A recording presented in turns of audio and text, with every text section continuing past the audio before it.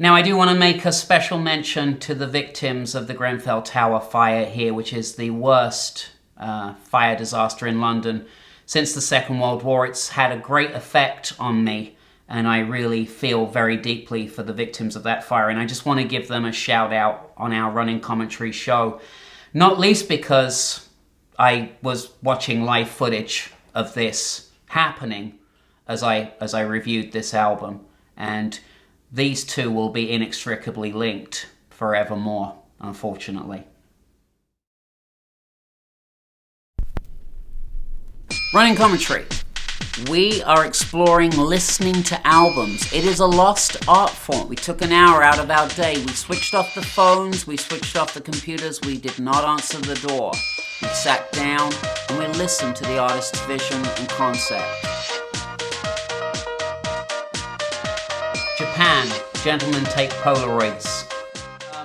Gentlemen Take Polaroids was Japan's fourth album, and it was the first album to be released on Virgin Records. Previously, they had been on Hansa-Ariola, which was a sort of a disco label for Boney M and Eruption.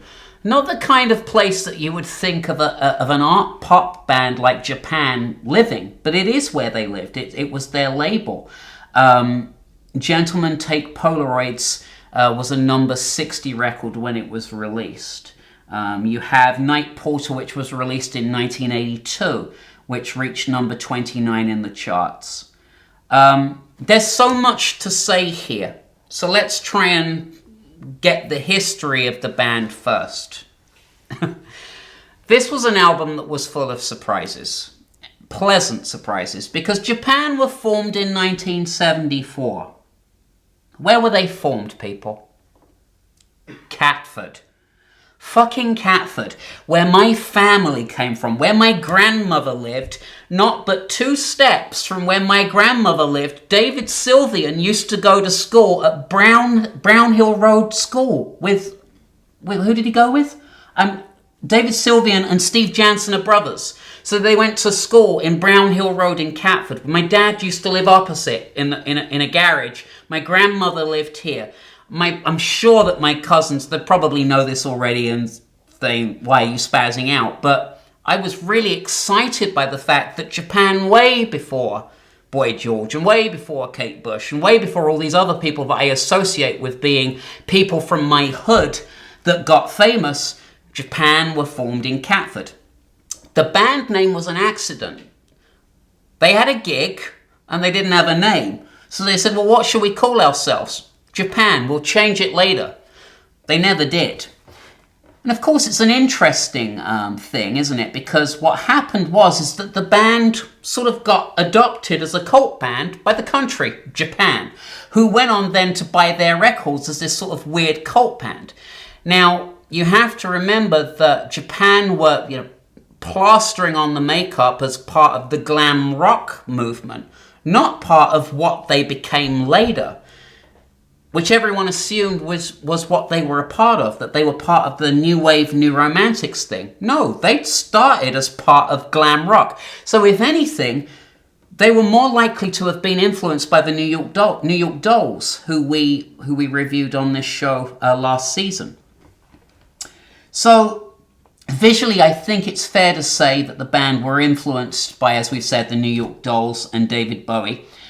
Simon Napier Bell was Japan's manager. He had also managed the Yardbirds and Mark Bolan and then later Wham. So this was somebody that was really established in the industry, which explains how he was able to take an alternative band like Japan and make it happen in the public conscience.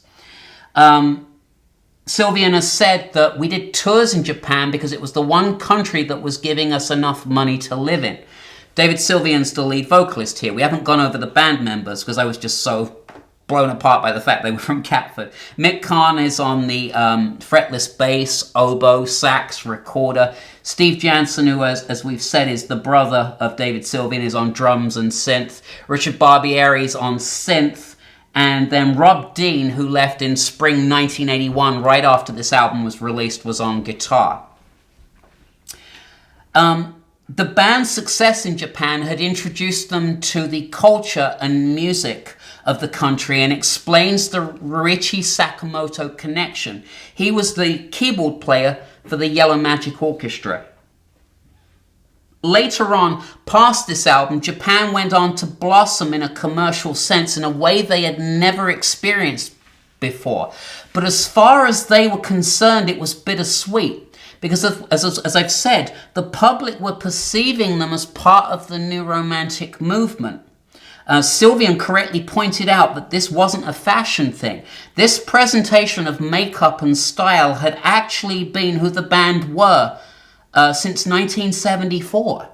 And it's difficult to make out the lyrics at times on this album, as David Sylvian's baritone slurring / channeling Brian Ferry sits on top of well-crafted instrumentation, more as an instrument than a diction-directed vessel. The sleeve to the record is very striking. It's a largely black background with a simulated torrential downpour, neon lightning, and ominous fiery clouds. Under a black umbrella is an immaculately coiffed and powdered David Sylvian, smouldering white in luminescent savoir-faire. Light years ahead of Nick Rhodes, pipping Steve Strange to the post in this cosmetic competition of the early 80s. This really was, amongst British men, a big competition of who could wear the makeup the best, wasn't it? David Sylvian is really just unbelievably, was voted at one point the most beautiful man in the world, the most beautiful man of all time. Let's be fair here as well. You know, I often give our director a hard time for choosing things that I can't stand. And when he recommended Japan, I was like, oh, good, you know, there's a real hope here that I'm going to actually enjoy this. It was definitely one of his better suggestions as far as I'm concerned. So, I'm leaving the music to last here, as you can tell. Gentlemen, Take Polaroids is that bass sound that you associate with Gary Newman and Paul Young. There's a big sort of bass sound. Does it matter what these songs are about? To me, it's art pop, and you're never going to know what these songs are about. I mean, you can kind of guess or get into the world, but it's not like David Sylvian's going to sit you down in a Japanese restaurant with a pair of chopsticks and a bottle of sake and explain to you his innermost thoughts about what goes behind these records. But it sounded fabulous, didn't it, that Gentlemen Take Polaroids? And it was definitely a big thing at one point. You know, if you think of all those artists that used to, like, very seriously take Polaroids with the instant image and stick it on the wall and suddenly it was art. Swing is Sylvian's affected vocals. It's tons of Mick Karn's trademark bass. Burning Bridges was a last-minute addition. It replaced a song called Some Kind of Fall. My New Career, they're playing our song. You have Methods of Dance. I love this. This is clever. It's like clever. Who have you got on backgrounds there? Sio is on the background vocals on Methods. It's like a sort of early dance song. It fits right into that Visage pocket, which I love. You know, Visage are like my heroes. I love this. So Japan are kind of like, okay, Visage who? Ain't That Peculiar is a cover of Marvin Gaye's Million Seller. And Japan went on later to have a hit with a cover of Smokey Robinson's I Second That Emotion. I've got to tell you, I never really connected with Japan's interpretations of Motown hits. I like the recorder on Ain't That Peculiar, but it's like, why are you covering Motown? It's like, you know, and it's so melodic, Motown. It's like really weird, a really weird choice. But it obviously worked for people. Second That Emotion was a top 10 record in the UK. So clearly some people did find that it was a great way to cover Motown. I like Motown originals. I really am not that fond of them being covered. Roxy Music are clearly a very big influence on this band. You know, yes, Bowie, but God, do they love them some Roxy. There's some saxophones on here. It's a slow burner. This is one of those albums that you think to yourself, it's a journey. They're taking you. And it is, like I've said, we've got all of this Japanese influence here. Who else do we have here? Simon House is playing the violin on the Korea track. You've got Barry Guy doing the double bass, the upright bass. You've got Andrew Cordery playing the oboe on Night Porter, which is a beautiful, poignant song. It's easily one of my favorites. I came across this a couple of years back, as you do, going through Amazon and you're sort of searching, and you know that you like a couple of songs of the band, so you hit that little cursor thing to play the 30-second clips through all the albums. And I was like, wow, how did I miss this? Beautiful, beautiful, poignant, atmospheric, believable song. I've no idea what he's singing about, but I don't care because he obviously means it. He really means it. It's a long song, and I love this song. I mean, when I tell you I love it, this song really means so much to me. Taking Islands in Africa was written with Ryuichi Sakamoto. I don't like the title, Taking Islands in Africa. That title doesn't sit well with me. It's a super dodgy title, but I love the song.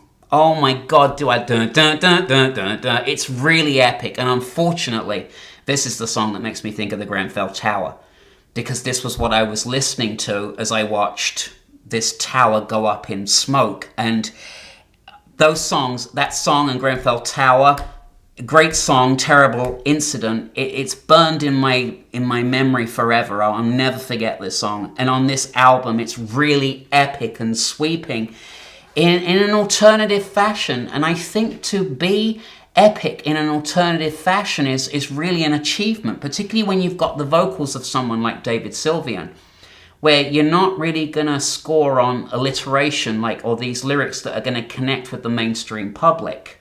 Again, they're kind of like that alternative band, but I feel like I could really sort of rock with Japan fans, whereas the Cure fans would sort of ignore me. I feel like Japan fans would kind of, put me under the blow dryer and give me a makeover. I think they'd kind of work with me a little bit more.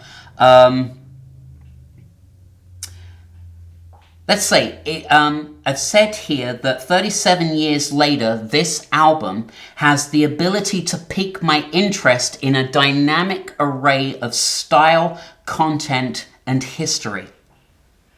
And for that reason, I award Gentlemen Take Polaroids by Japan 88%.